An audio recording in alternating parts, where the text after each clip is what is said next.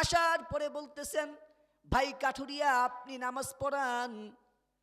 শিবলি রহমতুল্লাহ আলাই এবং জুনায়েদ বাগদাদি রহমতুল্লাহ আলাই তারা চিন্তা করলেন যে এই লোকটা কেমন লোক, যে কিনা সবসময় উজু সহকারে থাকেন। তাদের বোঝা হয়ে গেছে। এবার বলতেছেন, কাঠুরিয়া ভাই আপনি ইমামতি করেন, আমরা আপনার পিছনে নামাজ পড়ি। কাঠুরিয়া পড়বে না, কাঠুরিয়া চেনেও না এই দুই ব্যক্তি কারা। এক পর্যায়ে কাঠুরিয়া নামাজে দাঁড়িয়েছেন, নামাজ আরম্ভ করলেন, নামাজ শুরু করলেন। এত লম্বা সময় নামাজ, আসরের সময় হয়ে গেছে। নামাজ শেষ করলেন। শিবলি রহমতুল্লাহ আলাই এবং জুনায়েদ বাগদাদি রহমতুল্লাহ আলাই তারা একটু বিরক্ত ভাব করলেন। তারা বললেন, ভাই কাঠুরিয়া আমরা এক সফর যাত্রায় এক জায়গায় সফরে যাচ্ছি, তুমি এত বড় নামাজ কেন পড়লা, এত সময় ধরে কেন নামাজ পড়লা?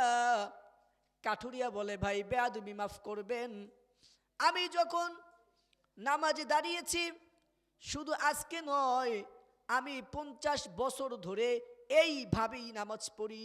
আল্লাহু আকবার। বলে আমি 50 বছর ধরে এইভাবেই নামাজ পড়ি।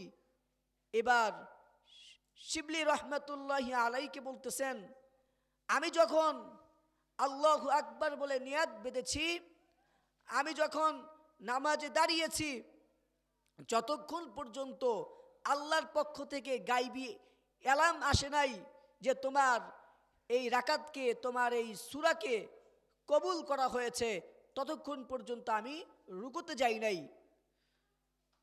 যখন রুকুতে গেলাম, যতক্ষণ পর্যন্ত আল্লাহর পক্ষ থেকে এই এলাম আসে নাই যে তোমার রুকুকে কবুল করা হয়েছে, ততক্ষণ পর্যন্ত আমি রুকু থেকে উঠি নাই।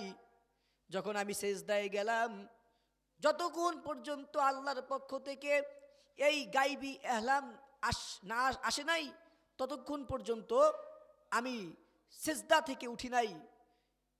এরপরে 1 রাকাত 2 রাকাত করে 4 রাকাত যখন আমি বৈঠকে বসলাম, যতক্ষণ পর্যন্ত আল্লাহর পক্ষ থেকে এরকম এলান আসে নাই যে এ কাঠুরিয়া তোর নামাজকে আমি কবুল করে নিয়েছি, ততক্ষণ পর্যন্ত আমি সালাম ফিরাই নাই। এই জন্য আমার সময় বেশি হয়েছে। আজকে নয়, আমি 50 বছর ধরে এইভাবেই নামাজ পড়ে আসতেছি। সুবহানাল্লাহ। আপনি আমি কিরকম নামাজ পড়ি আর তাদের নামাজ ছিল কেমন। মনে পড়ে গেল বাদশাহ হারুন আর রশিদ। বাদশাহ হারুন আর রশিদ কেমন বাদশাহ ছিলেন। সম্মানিত উপস্থিতি আলেম কিরাম, বাদশাহ হারুন আর রশিদের দরবারে 2 জন ভিক্ষুক তার দরবারে আসছে। আসার পরে গেটের সামনে অনেকক্ষণ ধইরা দাঁড়ায় আছে। এবার দারোয়ান বলে, তোমরা কারা? ভিক্ষুক জবাব দেয়, আমরা ভিক্ষুক, আমরা ফকির। কেন আসছো?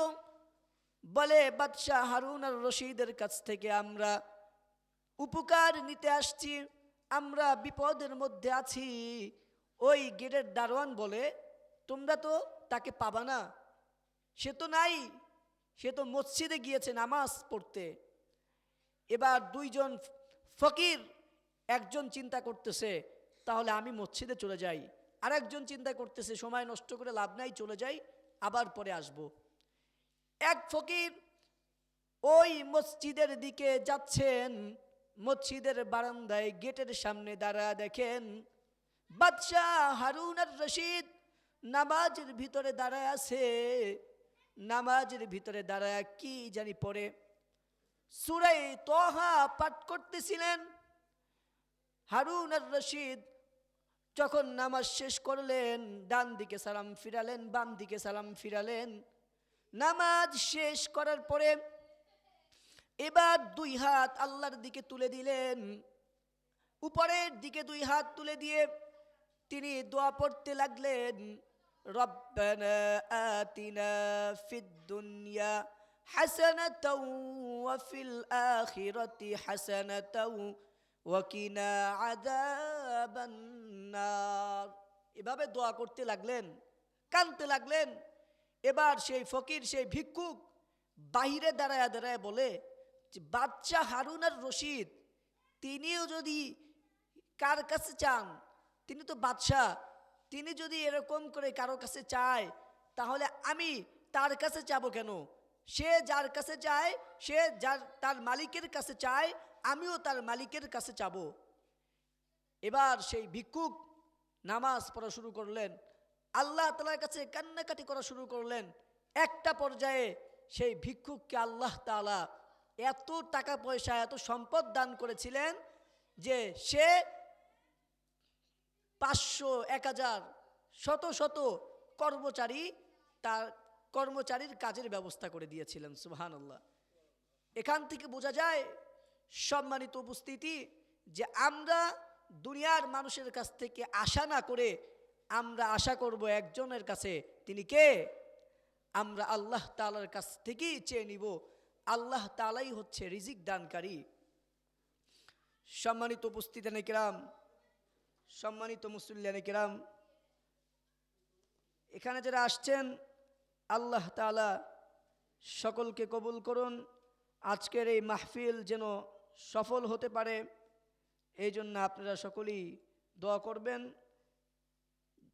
যারা মাহফিলের প্যান্ডেলের বাহিরে আছেন, আমরা সকলেই মাহফিলের প্যান্ডেলের মধ্যে চলে আসি।